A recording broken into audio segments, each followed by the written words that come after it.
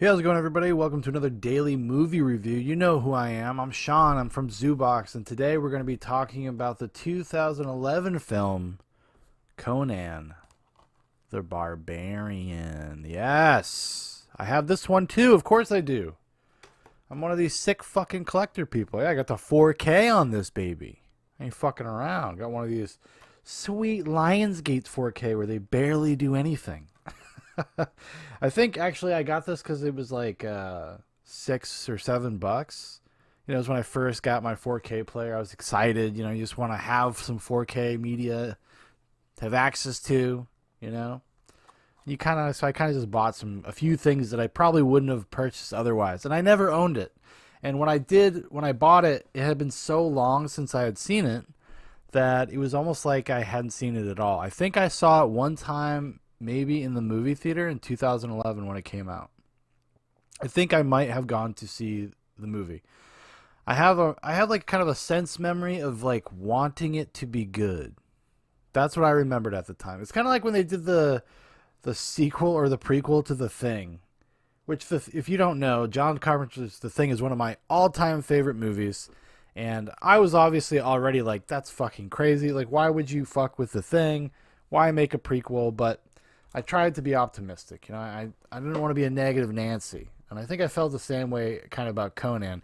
Too much the same result. You know, you see these things and you're just like, fuck. I remember this was, before Jason Momoa was really anybody. I think he had done some Baywatch, he had done some TV and stuff, but he wasn't, the Jason Momoa today. He's not Khal Drogo from Game of Thrones and Fishman from the DCEU. That's long before that stuff. So back then you were like, oh, maybe he'd be cool. He looks the part. He looks like a Conan. Um, you see the poster. I mean, that's a little like lame metal, like new metal. This is like a Hoobastank. You think like a Hoobastank would be the fucking, the fucking on the soundtrack to this? It doesn't have, this is something you would expect to have like almost like one of these modern new metal scores. They'll have a period piece and but they'll do like a Knight's Tale style and just use modern music for some reason, or more modern than the time, place, the story takes place. Maybe you could get away with it with Conan though, just considering it is a fantasy universe after all. It's not like a historical document. Works maybe a little bit better here than it did in like Marie Antoinette, the Sofia Coppola movie. Um. So yeah, I haven't even started talking. Well, I mean, I guess I hinted how I felt about it. Let's just get into the details here. Let's talk about a little bit who made it, who wrote it, who's in it. The film is directed by Marcus Nispel. Not Marcus Nispel is like I think he's a German dude, music video director, and kind of like hit it big when he did his first feature film, which I believe was the remake of the Texas Chainsaw Massacre. It kind of put him on the map. A lot of people maybe not realize, but that was a big movie when it came out. It did very well. Generally, by a lot of people, and I'm not one of them, think it's a pretty decent remake of the movie. Um, but there you go. It's written by Thomas Dean Donnelly and Joshua Oppenheimer, based on a Robert E. Howard story. It stars Jason Momoa, Stephen Lang, Rachel Nichols, Ron Perlman, Rose McGowan, Bob Sapp, Leo Howard, Steve O'Donnell, and others. The logline plot synopsis here is: a vengeful barbarian warrior sets off to get his revenge on the evil warlord who attacked his village and murdered his father when he was a boy. So this is kind of interesting. It kind of splits the difference in the sense of like there are things in this story that are pulled from Milius's script, from the Oliver Stone script, from back in the day, from the John Milius Schwarzenegger Conan the Barbarian. The notion of like having kind of the central villain that came and killed Conan's like family is not from the Robert E. Howard stories. At least I don't believe it is. Maybe I could be wrong. I don't think I am though. It's been a while since I've read my Conan, but I don't think that was ever a thing with Conan. So it kind of does that. It kind of takes a little bit from that. So it has that familiar kind of structure to a certain extent. It starts off similarly. And I mean, I guess you could even say the bad guy has his parallels with Thulsa Doom. But Then it kind of tries to be more of a traditional Conan. Um, like we talked about when we talked about Conan the Barbarian, Arnold Schwarzenegger's version of Conan is not the most Conan like. It's like I know it kind of plays out a little bit like an origin story, if you will, but Conan was more like cunning, more intelligent than he's presented. He was less barbarian. The barbarian thing was kind of it was something I believe that was put on after the fact. It was like a collection of the short Conan stories, and that was just a publisher decision in the 50s. I think it was like 1954. It's the first time he was ever referred to as Conan the Barbarian. I think he was Conan the Cimmerian, probably back in the day when Robert E. Howard was writing those stories. And so this actually is a little bit more faithful to the character of Conan, surprisingly enough. And they tried to conceive the script in a way that it would kind of touch on all of the different aspects of Conan. He's an adventurer. He's a pirate. He's kind of a romantic. He's a good man, even though he's rough around the edges. So there is, I mean, I guess there is a barbarian aspect to him, but he's kind of a man of his time more than anything. And it goes into that, and the story is structured in such a way that like it'll touch on those kind of beats. The biggest, probably the thing that works against the movie the most is the kind of the production style they went with and the direction. Marcus Nispel is too slick for his own good. He's a music video director, and it feels like a music video director directed this, even down to the editing style of the movie. I mean, there are scenes that are so overly edited. Like, there's just cuts every 2 seconds. Like, there's a scene where Conan has to jump on, like, a horse carriage and, like, get on top of the carriage. And for some reason, they just will not hold on a shot of him doing that. And it's not like they're trying to hide something. They're not. I don't even think they were, like, cutting around a stuntman. Like, you could have just done a wide from a different angle. Boom. But no, they just keep cutting to weird, like, close-ups, hands move. Like, it's just, and for no reason, it doesn't feel motivated. It's not like it wasn't like a style choice, which was weird. I don't know. I couldn't, it's kind of like baffling. And like, I had to stop the movie and kind of start laughing. I almost couldn't get through this. I really didn't want to finish this movie, but I finished it for the sake of doing this review. So you're welcome. And everything is more like comic booky. You know, we talked about the Milius stuff being a little bit more grounded, even though it is, you know, it's a fantasy film and stuff, but it's one of the way more grounded fantasy films. This is definitely more like overtly fantastical. There's like, you know, there's more like traditionally identifiable like witches and magic and stuff like that in this than there was in the older Conans. Which kind of, to me, it just made it feel more generic because, you know, we live in a world that is so inspired by this material already. You know, we live in a world that through cultural osmosis, we know these stories, we know these characters already. So when you see them again, even though it's like the pure interpretation, it's the real adaptation of the material, it still can fall a little flat. And it's a little boring. They're very two-dimensional. And that's the thing about, you know, Milius. But, you know, when Milius made the Conan the Barbarian in the 80s, like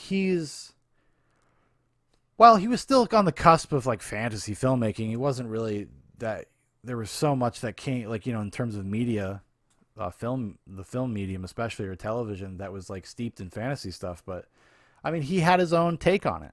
He didn't do kind of the direct adaptation. You know, this would be the kind of thing like, I'm kind of curious. They're going to be doing another version of Lord of the Rings for not Netflix, for Amazon Prime. That's like, you've already had kind of Peter Jackson's version of it, which is, you know, while there's a lot of divergences, it hews very closely to the spirit of the book. So I'm curious what that's going to look like. Like, are you going to have to reinvent it a little bit? Otherwise, like, what's the point of doing it? I bet you it's going to be a little bit more like grounded and low key. Like, that's going to be the tack they take. But yeah, so this kind of just feels like none of the characters feel very interesting. It's hard to invest in them. Like I said, they're very two-dimensional. It feels very comic booky. It's obviously pulling from that 70s, 80s comic book era, kind of like in the same way that Conan the Destroyer did, or Cole the Conqueror, Red Sonja. Those are much more pulpy, like kind of comic book feeling stories. This has the same kind of thing going for it. Um, the acting goes from just mediocre to bad, like or just like unmodulated. The tone is all over the place. So it's clear that Rose McGowan kind of just showed up with the concept for the character, and she was just kind of allowed to do whatever. Stephen Lang tries to match her. They seem like they're in a movie. Jason Momoa and his like this love interest, this nun or priestess woman, like they are in a different Tamara. They're in it like feel like they're in a movie. And when then they clash, they come together. It feels like there's like a style clash there. There's just people doing too many different things, too many different tones, like trying to be achieved at the same time. And Nispel here cannot balance it. This is an original Nispel film. It's not like it's based on it's based on a previous property, obviously, but it was not. Trying to find what he directed. Holy shit! A lot of music videos, like I said. So Texas Chainsaw Massacre was his first one, and then he did Pathfinder, and he did the remake of Friday the 13th, which Pathfinder is another kind of swing and a miss. What was I trying to say? Oh yeah, so the Texas Chainsaw Massacre, he has a blueprint. He has a roadmap of how to achieve what he's trying to accomplish. So he just kind of filters that exact story, copies even some of the same shots just through his own filter, like the Nispel music video slick guy filter. Friday the 13th, that's not a good movie. Are the Friday the 13th movies, or any of them actually like good movies? Is that why we enjoy those? I don't know. But that's another one where he kind of has an established rule set and a map to kind of work from, even though he does do some interesting things. I will say that is an interesting movie. I don't know if it's a good movie though. And he just seems to kind of struggle with, I guess, having to pave his own path forward and find his own tone and find his own style. I mentioned just a few seconds ago, Pathfinder he did in 2007 was his follow-up to Texas Chainsaw Massacre, which I think was what's his name? Carl Urban. It's another kind of fantasy barbarian type story. He has the same problem there. It's all style and no substance. There's kind of an anonymous nature to his directing chops. Outside, visually, you probably could pick him up out of a lineup if you were familiar enough with his work. But in terms of everything other part of it, it's either like bad or workmanlike. It doesn't feel creative, really. Something feels like a jobber. And not in a good way. Not in the John Borman way. The bad Marcus Nispel way. What else? Jason Momoa. He could have been a good Conan. He's not a great actor. He's very one note. He is very one note here. He's even more one note here than he is now. So if you think about what he's doing now, and you think about the kind of performances he gives, that's like a fucking 10 out of 10 compared to what he was doing in 2011. Okay, he's got the look. I think he actually kind of looks a lot like what you would think Conan would look like. He does have a weird charm to him. I ain't gonna lie. I'm not gonna be a prick. I'm not gonna be a bullshitter. Like there is something charismatic, maybe is the right word, enigmatic about Jason Momoa. I just don't think he's a very good actor, and he has a hard time carrying movies, in my opinion. I kind of give Aquaman a pass because Aquaman is so fucking stupid and bad that it like turns the corner at some point and it just becomes endearing because of how much it's willing to just go for it. So I can respect Aquaman. It's not a movie I want to watch all the time, but once every couple years, probably pop an Aquaman. Why not? Rose McGowan, like I said, she's really chewing the scenery. Same thing with Stephen Lang. They're like cartoon characters. And it's just like this another just has tonal issues with just what kind of movie they were trying to accomplish.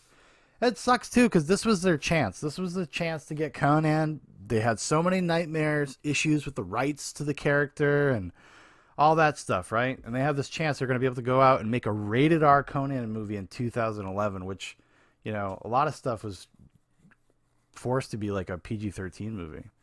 So they got the clearance to do all that. It doesn't even feel like they really take advantage of the PG-13. Like they do it in the sense where there's some like CGI blood and some boobs. Like that's it. That's what their version of a rated R is, and it can be kind of frustrating because you could make some minor cuts to this movie to be a PG-13 movie. I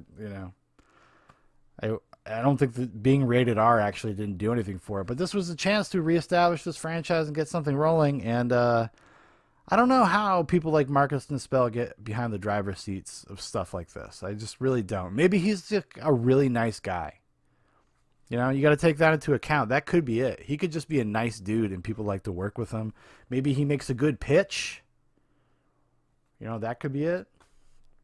Actually, now that I'm thinking about it, because I watched this a few days ago, it's already starting to evaporate from my mind, but I watched a special feature about how they got the job, him and the writers. They gave a fucking kick-ass pitch. Yes, that's right. And then you get to see some of it. So the director comes in with I think one of the writers, and they do this thing where there's like animatics and concept art and all this other stuff and music and things to set the tone. There's some voiceover. Very impressive stuff. It looked really cool. Like if you were to see those pictures and probably hear some sort of dramatic music, maybe they use like the old stuff from the John Milius movie, you would probably be like, fuck, this looks really good. This looks cool as fuck. But now we see. There's a couple things. There's a couple movies that I feel like I watched the special features of and then found out like the pitches were really awesome. And that's like really what put it over the top. So maybe that's what it is. Maybe he's good in a room. He can pitch something. Although Marcus Nispel is not exactly a in-demand director right now. I know I'm kind of shitting all over this dude. Like I said, he's probably a really nice dude. He did Exeter in 2015. I don't even know what that is. I've never even heard of that. Some crappy horror movie, straight-to-video horror. And then he's got this new one in pre-production, Moonchild. Based in the dazzling world of Los Angeles in the 1960s, Moonchild is the true story of a single mother, Linda Casbian, a broken dreamer whose quest for freedom for truth leads to her to ... Oh, leads her to Spawn Ranch and Charles Manson. Okay, yeah, that's just... I guess he's been gearing up for this his whole life to make a Charlie Manson movie. All these wonderful examples. But hey, maybe that will be the thing that breaks him through. He can get out of this kind of rut that he's in of these horror and barbarian movies. Maybe that's what he needs in his career. Look at something in a different way. Yeah. It's a disappointing movie. It's really boring. I can't really recommend it, even if you're just to say like a casual action fan. There are just too many better movies. Go watch Conan the Barbarian, the one from the 1982 again. Just go do that. Just pop it on twice. So that's what you can do. You can watch all the other movies and then pop on Conan the Barbarian again. The original 1982 film. I'd rather watch Red Sonja again than watch this again. Because this is just like frustrating. It's kind of a frustrating watch because you're just so... It's so tedious and like boring. And it's almost 2 hours long. That's the worst thing. Like it doesn't even attempt at like characterization or anything. So you're just kind of moving from like mini set piece to mini set piece. Because this did not have a giant budget, but it did have a little bit of a budget. And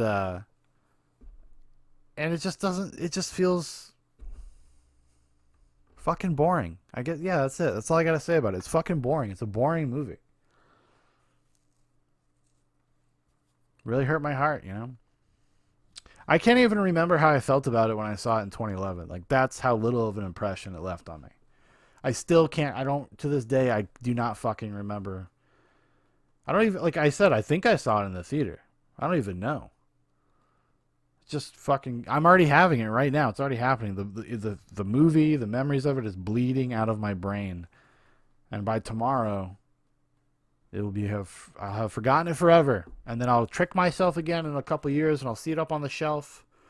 I'm like, oh, Well, I guess it's that time to watch those Conan movies again. I guess I'll watch that one too. Big mistake, future Shaun. Big fucking mistake. All right, everybody. Thank you for watching. Thank you for listening. If you'd like to know more about Zoobox, you want to keep up to date with everything in Zoobox Nation, there's a bunch of links in the description for Facebook, for Instagram, for my personal Twitter, also for Dan's Twitter, @Deekster2. Go follow him. Also, if you'd like to make a recommendation for one of these daily videos, throw it in the comments and we'll put it on the list. We consider everything. Any and all films will be considered. Goodbye.